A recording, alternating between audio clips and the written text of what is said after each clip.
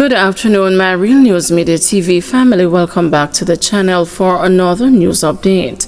And in the news this afternoon, St. Catherine man gets a suspended sentence for extortion over back-to-school event.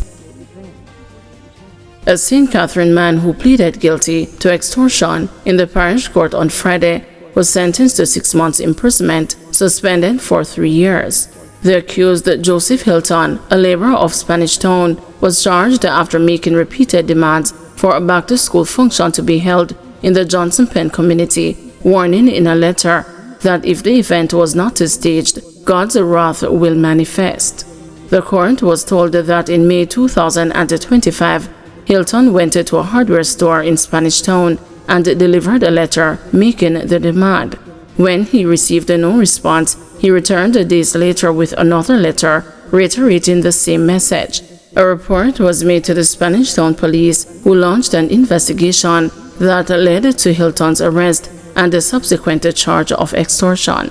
In court, Hilton's attorney, Nicholas Edmonds, pleaded for leniency, arguing that his client is a missionary who meant no harm.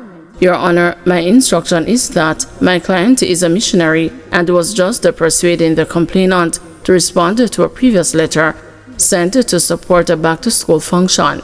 He also has a mental health condition and made no threats, Edmonds told the court, noting that Hilton had recently undergone an assessment. After reviewing the content of the letters and considering the submissions, the judge imposed a 6-month prison sentence, suspended for 3 years. It means if he violates certain conditions, he could be forced to serve a prison term. The judge warned him to keep the peace. Man arrested after 2 illegal guns seized in St. James Zoso. A man has been taken into custody following the seizure of 2 illegal firearms in a zone of special operations in Norwood, St. James on Friday. Reports are that about 6:40 a.m. on June 27, security personnel assigned to the Zoso carried out a targeted operation on Chico Lane in Norwood. During the operation, 2 firearms, whose make and model have not been disclosed, were seized, along with 22 rounds of 9mm ammunition. The suspect's identity is being withheld as investigations continue. 2 illegal guns seized in police operations in Hanover and Kingston. 2 illegal firearms, including a high-powered rifle, were seized by police in separate operations in Hanover and Kingston on Friday. In the first incident, a police team assigned to the Hanover Division seized a Sigona F9mm pistol during an operation at a wake in Ramble District around 10:15 p.m. Reports from the Ramble Police indicate that officers acting on information went to the event where a man was reportedly seen with a firearm. He was accosted, searched, and the weapon seized. The man was arrested and taken into custody. Earlier in the day, around 12:15 p.m., a team from the Specialized Operations Branch seized an AK assault rifle during a targeted operation in Majestic Gardens, Kingston 11. According to the Hunts Bay Police, the weapon was found hidden in a goat pen during a search of the area. No arrest was made in connection with that seizure. Decomposing body of retired teacher found at home in Spanish Town. The decomposing body of a retired educator was discovered at her home in the St. Catherine North Police Division on Friday. She has been identified as 70-year-old Patricia Evans, a former teacher who lived on Cherry Crescent in Spanish Town in the parish. Evans's body was reportedly found inside the bathroom of her home about 10:40 a.m. The police were alerted, and upon arrival, the scene was processed and the body removed to facilitate a post-mortem examination. The Spanish Town Criminal Investigation Branch is investigating the circumstances surrounding her death. Man arrested after fatal stabbing of exotic dancer at a nightclub in St. Elizabeth. The St. Elizabeth police have apprehended a man who has been implicated in the stabbing death of an exotic dancer at a nightclub in Santa Cruz in the parish on Saturday. The deceased is 34-year-old Nikisha Francis Montfort, otherwise called the Chocolate, of Queensway in Dallas, St. Thomas. Reports are that about 3 a.m., the man was among patrons at the nightclub when an argument developed between him and Francis Montfort over money. During the dispute, the man allegedly used a knife to stab Francis Montfort multiple times. The police were alerted, and the wounded woman was taken to the hospital, where she succumbed to her injuries. Acting on intelligence, the police subsequently arrested the suspect at a property in Santa Cruz. Investigators are continuing to probe the development. What do you say about it? Golden asked Prime Minister re-IC's Illicit 7 probe updates.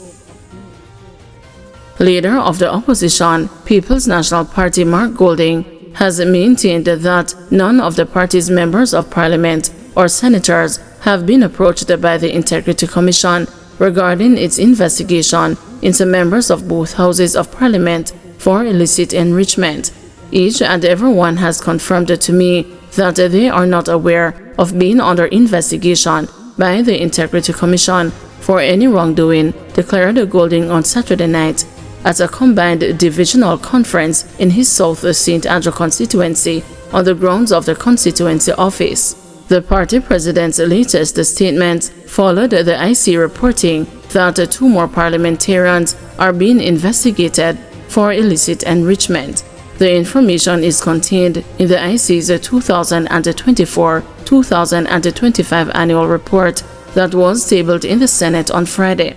It outlines that a total of 13 lawmakers, including 1 senator, have been probed for illicit enrichment over the 7-year period, April 2018 to March 2025. Over that time, 6 investigations or preliminary inquiries into parliamentarians in relation to illicit enrichment or providing false information in their statutory filings were closed.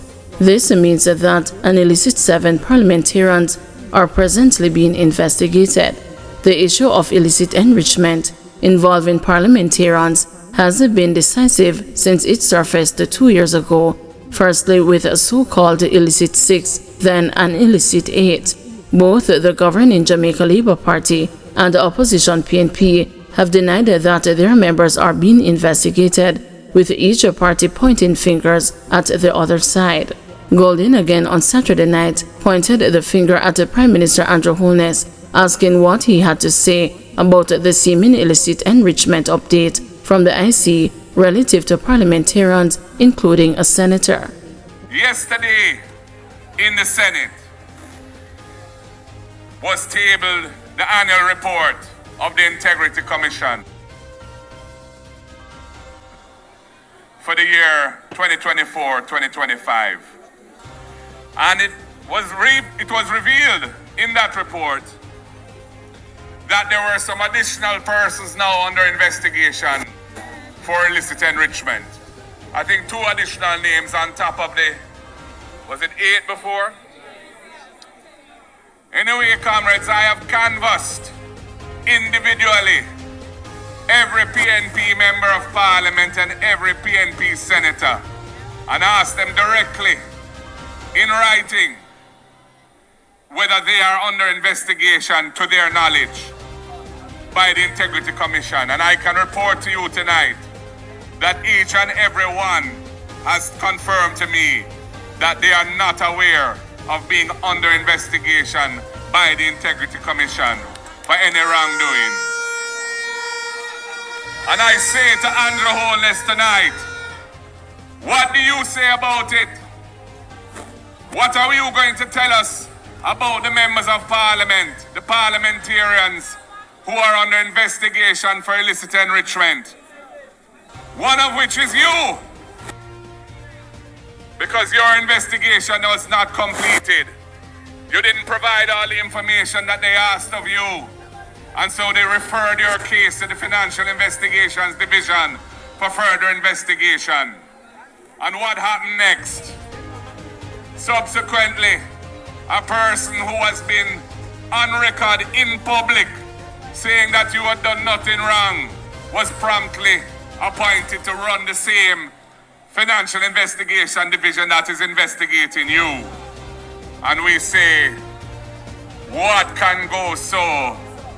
How can Jamaica move forward if our institutions are being manipulated in that manner? It is a disgrace, comrades. Comrades, time come and time will deliver change. I say to each and every one here tonight, please take this election extremely seriously. Guys, thank you for watching. See you this evening at 6 p.m. for another news update.